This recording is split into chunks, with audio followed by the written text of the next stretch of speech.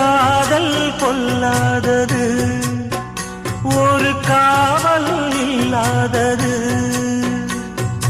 ஊதக்காத்தில் வஞ்சி மாது ஒத்தையிலே வாடும்போது போர்வை போல பொத்தி அணைப்பே.